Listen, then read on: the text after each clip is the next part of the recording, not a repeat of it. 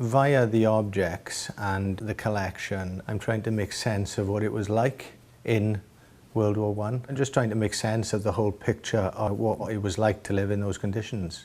I'm going to interview a soldier, and I'm going to drop different backgrounds from the collection to try and link in with what he speaks about on the subject of war in a global situation.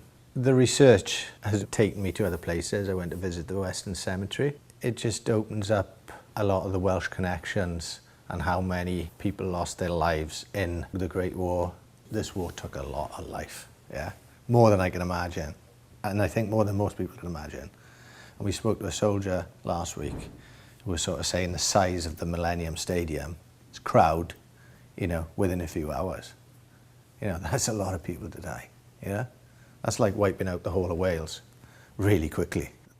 The collection, and by researching, has opened my eyes. They were dark times. It was a land of despair, yet hope.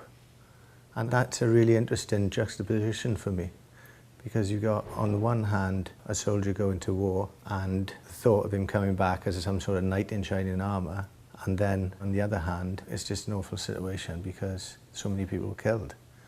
To the extent of, I think pretty much if you knew that your son or loved one was going to the front line, it's a pretty good chance that they're not coming back.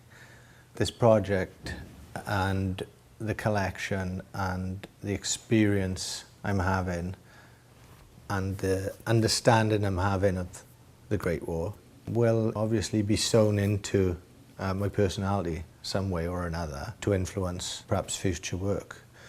The sincerity of it is interesting, because a lot of my older work is quite quirky, but I couldn't justify this being quirky, you know? It's too sincere and too touching and too sensitive for it to be quirky.